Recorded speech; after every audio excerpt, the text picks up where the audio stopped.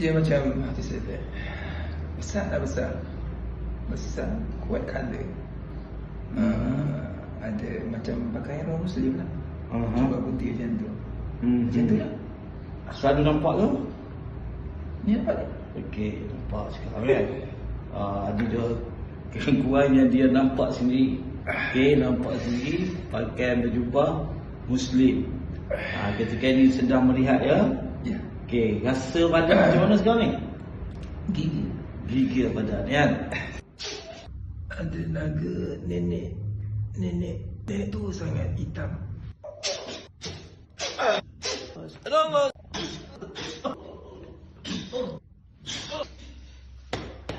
Nama saya Muhammad Rus, sekolah Johor. Treatment saya rasa letih and then seni-seni sakit kan. Masa treatment ada nampak apa-apa tak?